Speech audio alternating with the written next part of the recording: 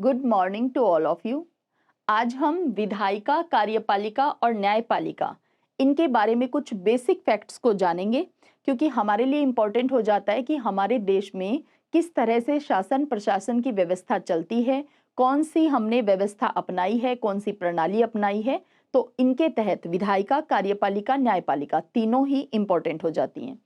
सबसे पहले हम जानेंगे सरकार के अंग के रूप में। सरकार के तीन मुख्य अंग हैं जिन्हें हम कहते हैं विधायिका, कार्यपालिका और न्यायपालिका। सरकार को जानना इसलिए जरूरी है क्योंकि हम सबसे ज्यादा यही सेंटेंस काम में लेते हैं कि सरकार को ये काम ऐसा करना चाहिए था, ये काम ऐसे नहीं करना चाहिए था, सरकार को इस तरह काम करना चाहिए, सरकार को इस मुद्दे पे काम करना चाहिए। तो इसका मतलब हमारे देश में कौन लोग हैं जो सरकार बनाते हैं, कौन लोग हैं जो सरकार चलाते हैं, सरकार काम कैसे करती है, किस प्रक्रिया के तहत करती है और कौन लोग इसमें शामिल होते हैं, इस बात को बेसिकली हम आज समझने वाले हैं। तो सरकार के तीन अंग हैं, विधायिका, कार्यपालिका, न्यायपालिका। क्योंकि भारत में संघात्मक शासन व्यवस्था को अपनाया है, इस व्यवस्था में दो स्तरों पे या दो से अधिक स्तरों पे सरकार होती है। और हम जानते हैं कि भारत में केंद्र के स्तर पे भी सरकार है और राज्यों के स्तर पे भी सरकार है। तो इसीलिए क्योंकि हम सरकार के अंग को डिस्कस कर रहे हैं, तो केंद्र के स्तर पे सरकार है, उसके भी अपनी विधायिका, कार्यपालिका और न्यायपालिका है। और राज्यों की जो सरकारें हैं उसके अंग के रूप में भी हमें विधायिका, कार्यपालिका और न्यायपालिका को डिस्कस करना है। सबसे पहले देखते हैं विधायिका को। विधायिका लेजिस्लेचर, क्या काम करती है लेजिस्लेचर? विधायिका का काम होता है कानून बनाना, देश को चलाने के लिए, और राज्य स्तर पे बात करें तो राज्यों के लिए नए नियम कानूनों को बनाना, विधि बनाना, ये काम होता है विधायिका का। या फिर जो पुराने नियम कानून हैं उसमें किसी तरह के बदलाव करने हैं तो ये काम है विधायिका। विधायिका मतलब कानून बनाने का काम। एग्जीक्यूटिव, कार्यपालिका का मतलब है कानून लागू करने का काम करना, और न्यायपालिका का मतलब है न्याय करने का काम करना। भाई जो नियम विधि कानून बने हैं वो ठीक बने हैं क्या, उनका ठीक तरीके से पालन हो रहा है क्या, अगर कोई पालन नहीं कर रहा, अवमानना कर रहा है तो उसे क्या दोष दे, क्या दंड देना है और किस तरह से न्याय करना है, ये काम हमारी न्यायपालिका जुडिशरी का है। अब हम देखते हैं केंद्र और राज्य दोनों ही स्तर पे विधायिका कौन लोग मिलकर बनाते हैं। विधायिका का मतलब क्या है, विधायिका काम क्या करती है वो देख लिया, कानून बनाती है। लेकिन कौन लोग हैं जो विधायिका के अंतर्गत रह करके कानून बनाते हैं, विधायिका में कौन आता है? तो संघ की विधायिका, केंद्र की विधायिका का मतलब है हमारी संसद, हमारी पार्लियामेंट को संघ की यानी यूनियन की लेजिस्लेचर कहा जाता है। और संसद का मतलब है राष्ट्रपति और दो सदन, लोकसभा और राज्यसभा। आर्टिकल 79 भाग 5 के तहत अनुच्छेद 79 में ये बात स्पष्ट लिखी गई है कि भारत की संसद का मतलब है राष्ट्रपति और दो सदन, लोकसभा और राज्यसभा से मिलकर संसद बनती है। तो इसका मतलब हो गया, आर्टिकल 52 हम पढ़ते ही हैं, there shall be a president of India, Bharat का एक राष्ट्रपति होगा। अब बात करें लोकसभा और राज्यसभा की, तो राज्यसभा आर्टिकल 80 जो है वो राज्यसभा की संरचना की बात करता है, अनुच्छेद 80। राज्यसभा है क्या? तो राज्यसभा इसलिए बनाई गई थी, केंद्र में है ये सभा, ये सदन कहाँ है? केंद्र के अंदर, दिल्ली में है। अब इसलिए बनाई गई थी कि ताकि ये जो हमारे राज्य हैं उनका प्रतिनिधित्व केंद्र में किया जा सके। तो राज्यसभा राज्यों का केंद्र में प्रतिनिधित्व करने के लिए बनाई गई सभा थी। राज्यसभा में कुल कितने सदस्य हैं? तो 245 मेंबर्स हैं, जिसमें 12 सदस्य मनोनीत हैं और 233 जो हैं वो निर्वाचित हैं। जो कहां से निर्वाचित होकर आते हैं? राज्यों की विधानसभाओं से। ठीक है, हम और आप राज्य की राज्यसभा के लोगों को चुनने में वोट नहीं डालते हैं। तो ध्यान रखना है, राज्यसभा में 245 सदस्य हैं, 12 इसमें मनोनीत हैं। कहाँ इसका प्रावधान किया गया? अनुच्छेद 80 में। राज्यसभा राज्यों की सभा है, राज्यों का प्रतिनिधित्व करती है। अब बात करते हैं लोकसभा की। तो अनुच्छेद 81 जो है, आर्टिकल 81 बात करता है लोकसभा की, हाउस ऑफ द पीपल की। लोगों का सदन है, निम्न सदन इसे कहा जाता है। यानी लोग अपने अपने क्षेत्रों से अपना प्रतिनिधि चुन करके, चुनाव में वोट डाल करके हम अपना प्रतिनिधि लोकसभा में भेजते हैं। तो राष्ट्रपति, लोकसभा और राज्यसभा तीनों से मिलकर विधायिका बनती है। यानी देश में कोई नियम कानून बनाना है तो उसके लिए क्या होगा? लोकसभा से वो बिल पास होना चाहिए, वो विधेयक पास होना चाहिए, राज्यसभा से पास होना चाहिए, फिर उस पर राष्ट्रपति अपने साइन कर देते हैं, तो वो हमारे देश में नियम कानून बन जाता है। अब बात आती है कि ये जो संघ की विधायिका है, ये कौन से विषयों पे नियम कानून बनाती है, क्योंकि विधायिकाएं नियम कानून बनाती है, कौन से विषयों पे बनाती है, तो इसका भी बकायदा बंटवारा कर दिया गया है कि राज्य की विधायिका कौन से नियम कानून बना सकती है और केंद्र की विधायिका कौन से नियम कानून बना सकती है। भाग 11 जो हमारे संविधान में दिया गया है, इसके अंदर बात की गई है राज्यों के और संघ के बीच के संबंधों की, relations between the union and the states. अब इसमें विधायी शक्तियों को लिखा गया है। सबसे पहले बात करते हैं आर्टिकल 246 की, अनुच्छेद 246 और हमारी 7वीं अनुसूची 7th शेड्यूल, जिसके अंदर सूची दी गई है, संघ सूची, राज्य सूची और समवर्ती सूची। संघ सूची में वो विषय लिख दिए गए हैं जिन पे केंद्र की विधायिका जो है, यानी हमारी संसद जिस पे कानून बना सकती है, वो विषय यूनियन लिस्ट में लिख दिए गए हैं। राज्य सूची में वो विषय लिख दिए गए हैं जिस पे राज्य की विधायिका कानून बना सकती है, और समवर्ती सूची में राज्य और केंद्र दोनों मिलकर के कानून बना सकते हैं। अब यहाँ पे कंडीशंस लागू होती हैं अलग अलग, वो हम डिटेल में जानेंगे। अब बात कर लेते हैं कि राज्य की विधायिका यानी संसद का मतलब राष्ट्रपति, लोकसभा और राज्यसभा से मिलकर बनती है। हम जानते हैं लोकसभा में 543 सदस्य हैं और अभी अभी हमने देखा राज्यसभा में हमारे सदस्य हैं 245।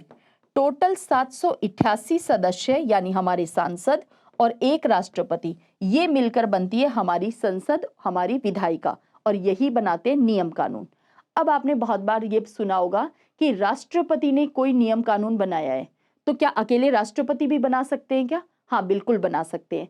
अगर लोकसभा सत्र में नहीं है, अगर लोकसभा भंग हो चुकी है, अगर चुनाव हुए नहीं है, यानी अगर कोई ऐसी परिस्थिति चल रही है जिसमें ये दोनों सदन कोई विधेयक पास करके राष्ट्रपति के पास साइन के लिए नहीं भेज पा रहे हैं, और ऐसी परिस्थिति बन चुकी है जिसमें देश के लिए नियम कानून बनाना जरूरी हो चुका है, तो ऐसे समय में देर ना करते हुए राष्ट्रपति के पास विधायी शक्ति होती है। अनुच्छेद 123 के तहत, आर्टिकल 1, 2, 3 के तहत राष्ट्रपति के पास विधायी शक्ति होती है और राष्ट्रपति ऐसा नियम कानून देश के लिए बना सकते हैं। अब उस पे जो कंडीशंस अप्लाई होती हैं वो हम डिटेल में जानते समय पढ़ेंगे, लेकिन राष्ट्रपति की विधायी शक्ति को हम याद कैसे करते हैं? दौड़कर कानून बनाना।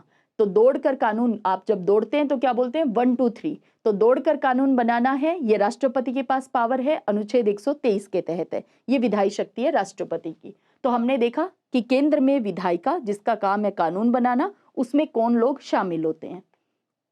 अब बात कर लेते हैं राज्य के स्तर पे भी विधायिका है, इसमें कौन लोग शामिल होते हैं। तो राज्य की विधायिका में राज्यपाल यानी गवर्नर और विधानमंडल, विधानमंडल में 2 सदन यहाँ पे भी हैं। जैसे केंद्र में लोकसभा और राज्यसभा है, विधानमंडल में राज्यों के अंतर्गत विधानसभा और विधान परिषद आती है, लेकिन सभी राज्यों के पास विधान परिषदें नहीं हैं, और सभी राज्यों के पास यानी प्रत्येक राज्य के पास विधान परिषद हो ऐसा अनिवार्य नहीं है, लेकिन सभी राज्यों की अपनी विधानसभा है। लेजिस्लेटिव असेंबली प्रत्येक स्टेट के पास है, विधान परिषद होना जरूरी नहीं है। राज्य चाहे तो उसकी इच्छा पे निर्भर करता है, वो चाहे तो विधान परिषद संसद को कहकर बनवा सकता है। विधानसभा सभी जगह, इसका मतलब जहां दोनों सदन हैं, विधान परिषद और विधानसभा, वहां दोनों सदनों के द्वारा अगर कोई विधेयक, कोई बिल पास कर दिया जाता है और बाद में गवर्नर उस पर सिग्नेचर कर देते हैं, तो इसका मतलब वो नियम कानून राज्य के अंतर्गत बन जाता है। राज्य की विधायिका कौन से विषयों पे नियम कानून बना सकती है? जो राज्य सूची में लिख दिए गए हैं उन विषयों के ऊपर, ठीक है।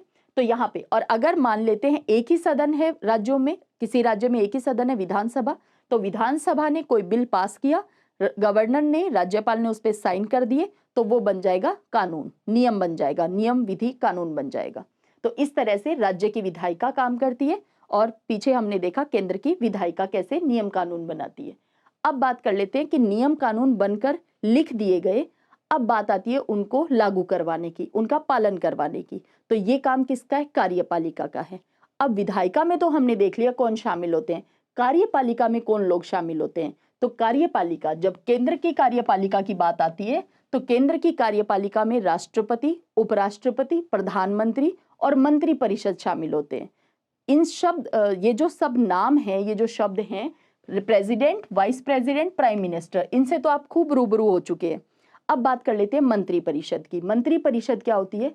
यानी मंत्रियों का समूह। आप अलग अलग मंत्री सुनते हैं ना, जैसे आप सुनते हैं शिक्षा मंत्री, जैसे आप सुनते हैं फाइनेंस मिनिस्टर, वित्त मंत्री, रक्षा मंत्री, अलग अलग मंत्री सुनते हैं। ये क्या है? मंत्री परिषद है। ये सभी मंत्री मिलकर मंत्रियों का जो समूह है ये मंत्री परिषद कहलाता है। लेकिन मंत्रियों की मंत्री परिषद के लिए भी कुछ नियम कानून है। आर्टिकल 75 बहुत इंपॉर्टेंट आर्टिकल है मंत्री परिषद के लिए, काउंसिल ऑफ मिनिस्टर्स के लिए। इसमें क्या दिया गया है? इसमें बकायदा बताया गया है कि मंत्री परिषद जो है वो लोकसभा के कुल सदस्यों का 15% से ज्यादा नहीं हो सकते। यानी प्रधानमंत्री जो हैं वो मंत्री परिषद की, यानी इन मंत्रियों की नियुक्ति तो राष्ट्रपति करते हैं लेकिन प्रधानमंत्री की सलाह पे करते हैं। और यहाँ पे आर्टिकल 74 भी इंपॉर्टेंट हो जाता है। जब हम कार्यपालिका की बात करते हैं ना, तो कार्यपालिका की शक्तियां जो हैं वो अनुच्छेद 53 ये बात क्लियर करता है। पहले आर्टिकल 53 देखते हैं और फिर देखते हैं आर्टिकल 74 को। कार्यपालिका में कौन लोग शामिल हैं ये तो हमने देख लिया। राष्ट्रपति हैं, उपराष्ट्रपति हैं, प्रधानमंत्री हैं और मंत्री परिषद है। राष्ट्रपति, आर्टिकल 52 कहता है भारत का एक राष्ट्रपति होगा। आर्टिकल 53 कहता है कार्यपालिका की जो शक्तियां हैं, एग्जीक्यूटिव पावर्स जो हैं वो हमारे राष्ट्रपति में निहित होंगी। इसीलिए हम क्या कहते हैं, कार्यपालिका का प्रमुख जो है वो राष्ट्रपति होता है। लेकिन फिर हम साथ में ये भी कह देते हैं कि राष्ट्रपति तो हमारे यहाँ नाम मात्र का प्रमुख है, वास्तविक शक्तियां तो प्रधानमंत्री और मंत्री परिषद मिलकर के एक्सरसाइज करते हैं। और आप किसी भी काम को देश में होता हुआ देखते हैं तो आप क्या देखते हैं, बार बार प्रधानमंत्री का नाम, बार बार प्रधानमंत्री के बारे में बताया जाता है। इसका मतलब वास्तविक शक्तियां जो हैं वो प्रधानमंत्री और मंत्री परिषद एक्सरसाइज करते हैं। क्या ये बात संविधान में प्रावधान में लिखी गई है? बिल्कुल लिखी गई है, अनुच्छेद 74 में। 53 कहता है कि कार्यपालिका शक्तियां जो हैं वो राष्ट्रपति में निहित है। 74 में लिखा गया है कि राष्ट्रपति को सहायता और सलाह देने के लिए एक मंत्री परिषद होगी और उसका प्रधान प्रधानमंत्री होगा। प्रधानमंत्री की नियुक्ति कौन करते हैं? राष्ट्रपति करते हैं। ये जो मंत्री आप सुनते हैं अलग अलग, वैसे 3 प्रकार के मंत्री होते हैं। मंत्री परिषद को अनुच्छेद 75 को हम किसी अदर क्लास में डिटेल में जान लेंगे। मंत्री परिषद में 3 तरह के मंत्री होते हैं। कैबिनेट मिनिस्टर होते हैं, राज्य मंत्री होते हैं, उप मंत्री होते हैं। इनके अपने अपने अलग अलग काम होते हैं तो हम जानते हैं। और मंत्री परिषद और मंत्रिमंडल, कैबिनेट जो वर्ड है उसमें भी दोनों में अंतर है। मंत्रिमंडल पहले शामिल नहीं था, संविधान संशोधन के बाद इस शब्द को लाया गया है मंत्रिमंडल। हम बात कर रहे हैं मंत्री परिषद की, जो कि कितने मंत्री परिषद में कौन लोग मंत्री बनते हैं? जो प्रधानमंत्री जिनको मंत्री बनाना चाहते हैं, और वो क्या होते हैं? सांसद। ये जो 788 संख्या अभी लोकसभा और राज्यसभा की हमने देखी थी, इन 788 में से प्रधानमंत्री को जो लोग पसंद होते हैं, जो योग्य लगते हैं, उनको वो मंत्री बना लेते हैं। यानी अलग अलग विभाग आप देखते हैं, शिक्षा है, स्वास्थ्य है, इसके अलावा रक्षा है, वित्त है, तो अलग अलग, विदेश मंत्रालय है, तो इनमें मंत्री होते हैं। ठीक है, तो मंत्री परिषद, प्रधानमंत्री, उपराष्ट्रपति, राष्ट्रपति, ये सारे मिलकर कार्यपालिका बनती है संघ की। अब ठीक इसी तरह से हमारे राज्य की भी कार्यपालिका है, जिसका काम है इन्हीं जो नियम कानून बने हैं उनको लागू करवाना। तो इसमें कौन शामिल होते हैं? राज्यपाल आते हैं, मुख्यमंत्री और मंत्री परिषद। यहाँ पे फिर वही राष्ट्रपति वाला प्रावधान लागू होता है। जो बात अनुच्छेद 53 कहता है, ठीक वैसी ही बात राज्यपाल के लिए अनुच्छेद 154 बात करता है। आर्टिकल 154 जो है, 154 जो है, ये बात करता है कि राज्य की कार्यपालिका की शक्तियां जो हैं वो राज्यपाल में निहित होंगी। इसके बाद आर्टिकल 74 की तरह ही आर्टिकल 163 बात करता है। आर्टिकल 163 कहता है कि ये जो राज्यपाल के पास कार्यपालिकाई शक्तियां हैं, इनको यानी राज्यपाल को सहायता और सलाह देने के लिए एक मंत्री परिषद होगी, और वो मंत्री परिषद का जो प्रधान होगा वो मुख्यमंत्री होगा, चीफ मिनिस्टर होगा। इसीलिए जो चीज आप केंद्र में देखते हैं, ठीक वैसे ही प्रावधान आप राज्यों में देखते हैं। केंद्र में आप प्रधानमंत्री के द्वारा किए गए कामों को, प्रधानमंत्री को बार बार देखते हैं, सुनते हैं। ठीक उसी तरह से राज्य में मुख्यमंत्री को देखते हैं। यानी नाम मात्र का प्रमुख कौन होता है कार्यपालिका का? राज्यपाल। वास्तविक शक्तियां जो एक्सरसाइज करते हैं वो मुख्यमंत्री और उनकी मंत्री परिषद। ठीक इसी तरह से राज्यों में भी जो विधानसभा है, अगर एक ही सदन है विधानसभा, तो उसके अंदर भी आप मंत्री परिषद देखते हैं कि किस तरह से शिक्षा मंत्री भी हैं, राज्य के अपने स्वास्थ्य मंत्री हैं। तो ठीक वही फॉर्मेट यहाँ पे भी लागू होता है। तो ये राज्यपाल, मुख्यमंत्री और मंत्री परिषद मिलकर के कार्यपालिका बनती है राज्यों की। स्टेट की जो एग्जीक्यूटिव है वो बनती है। अब बात कर लेते हैं न्यायपालिका की। जो देश में व्यवस्थाएं हैं वो ठीक तरीके से चल रही हैं क्या, कोई जो है वो इनकी अवमानना तो नहीं कर रहा है, कोई नियम कानूनों को तोड़ तो नहीं रहा है, उनका उल्लंघन तो नहीं कर रहा है, देश में ठीक नियम कानून बन रहे हैं क्या, लागू ठीक हो रहे हैं क्या, उनको सब मान रहे हैं क्या, ये सारे काम कौन देखता है, न्यायपालिका। न्याय करने का काम, दोष दंड देने का काम न्यायपालिका का है। क्या संघ की अपनी न्यायपालिका है क्या, बिल्कुल। भाग 5 जिसमें संघ की कार्यपालिका, विधायिका और न्यायपालिका तीनों के प्रावधान किए गए हैं। ठीक इसी तरह से भाग 6 जिसमें अनुच्छेद हैं, भाग 6 बात करता है राज्य की कार्यपालिका की, विधायिका की और राज्य के अंदर जो न्यायपालिका है उसकी। लेकिन ध्यान क्या रखना है, हमारे यहाँ जो न्यायपालिका है वो एकीकृत, इंटीग्रेटेड है। इंटीग्रेटेड का मतलब है कि कोई एक संस्था इनमें से सर्वोपरि है। बिल्कुल, हमारी न्याय व्यवस्था के अंदर सुप्रीम कोर्ट सबसे ऊपर आता है, सबसे ऊपर सुप्रीम कोर्ट, उसके बाद आते हैं हाई कोर्ट और उसके बाद आते हैं अधीनस्थ न्यायालय, सबऑर्डिनेट कोर्ट्स। अब संघ की न्यायपालिका में आता है सुप्रीम कोर्ट, सर्वोच्च न्यायालय। हमने देखा संघ की कार्यपालिका कहाँ है, दिल्ली में। संघ की न्यायपालिका कहाँ है, वो भी सुप्रीम कोर्ट दिल्ली में। और संघ की विधायिका, एक फैक्ट और ध्यान रखना है, भारत में विधायिका का मतलब हमने देखा 788 हमारे जो लोकसभा राज्यसभा के सदस्य हैं वो, और एक हमारे राष्ट्रपति, ये मिलकर विधायिका बनती है। और भारत की कार्यपालिका जो है वो इसी विधायिका में से चुनी जाती है, क्योंकि कार्यपालिका में कौन है, राष्ट्रपति। किसमें थे, विधायिका में भी थे। इधर क्या है, उपराष्ट्रपति, राज्यसभा के सभापति के रूप में काम करते हैं। इसके साथ ही कौन है, प्रधानमंत्री और मंत्रिपरिषद। मंत्रिपरिषद में कौन लोग मंत्री बनते हैं, वही तो जो सांसद बन के आए हैं, जो राज्यसभा के सदस्य हैं या फिर जो लोकसभा के सदस्य हैं, वही तो मंत्री बनते हैं। तो भारत में कार्यपालिका जो बनती है वो विधायिका में से बनती है। अगर आपको एक डायग्राम दिया जाए कि ये हमारी पूरी विधायिका है 788 प्लस एक प्रेसिडेंट से मिलकर के, तो इसके अंदर ही हमारी कार्यपालिका होती है। ठीक है, अब ये फैक्ट भी आपको ध्यान रहना चाहिए और क्लियर भी हो गया होगा कि विधायिका में से कार्यपालिका का चुनाव होता है हमारे भारत में। अब वापस आ जाते हैं न्यायपालिका पे। तो संघ की न्यायपालिका, ये प्रावधान कहाँ किए गए हैं, संघ की न्यायपालिका होगी, ये बात भाग 5 में जो पार्ट 5 है उसमें आर्टिकल 124 से प्रावधान स्टार्ट होते हैं और आर्टिकल 147 तक प्रावधान किए गए हैं सुप्रीम कोर्ट के बारे में, सीजीआई के बारे में, सुप्रीम कोर्ट का गठन कैसे होगा, संरचना क्या होगी, न्यायाधीश कैसे होंगे, न्यायाधीशों की नियुक्ति कैसे होगी, उनके वेतन क्या होंगे, वो काम क्या करेंगे, सुप्रीम कोर्ट का अधिकार क्षेत्र क्या होगा। ये सारी बातें कहाँ लिखी गई हैं, आर्टिकल 124 से लेकर 147 के बीच सारे प्रावधान कर दिए गए हैं। संघ की न्यायपालिका का मतलब है सुप्रीम कोर्ट। अब बात आ जाती है उच्च न्यायालय की, हाई कोर्ट की, यानी प्रत्येक राज्य का अपना एक उच्च न्यायालय होगा, ऐसा लिखा गया है। लेकिन 2 या अधिक राज्यों के लिए एक उच्च न्यायालय भी हो सकता है, जो कि है भी हमारे देश में। हाई कोर्ट जो है वो कहाँ आते हैं, तो भाग 6 के अंतर्गत पार्ट 6 जो है इसमें आर्टिकल 214 से लेकर के अनुच्छेद 214 से लेकर 231 तक प्रावधान किए गए हैं उच्च न्यायालयों के। और उच्च न्यायालयों के अंतर्गत उनके अधीन आते हैं अधीनस्थ न्यायालय, सबऑर्डिनेट कोर्ट्स। कौन से होते हैं सबऑर्डिनेट कोर्ट्स, तो आपने डिस्ट्रिक्ट लेवल पे, जिला के स्तर पे जिला न्यायालय देखे होंगे, और तहसील के स्तर पे मुंसिफ मजिस्ट्रेट आपने नाम सुना होगा, यानी तहसील के स्तर पे भी न्यायालय हैं, जिला के स्तर पे भी न्यायालय हैं। इनको हम कहते हैं जिला न्यायालय, सत्र न्यायालय, इनको हम कहते हैं सबऑर्डिनेट कोर्ट्स या अधीनस्थ न्यायालय। इनका प्रावधान भाग 6 के अंतर्गत ही किया गया है, अनुच्छेद 233 से लेकर 237 तक, 233 से लेकर 237 तक जो आर्टिकल है वो प्रावधान करते हैं अधीनस्थ न्यायालयों के बारे में। न्यायालयों का काम क्या है, कार्यपालिका का काम क्या है और विधायिका का काम क्या है, ये हमने जाना।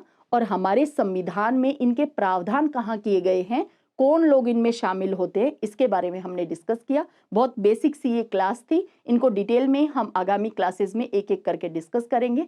तो चलिए मिलते हैं फिर नेक्स्ट क्लास में। जय हिंद, जय भारत।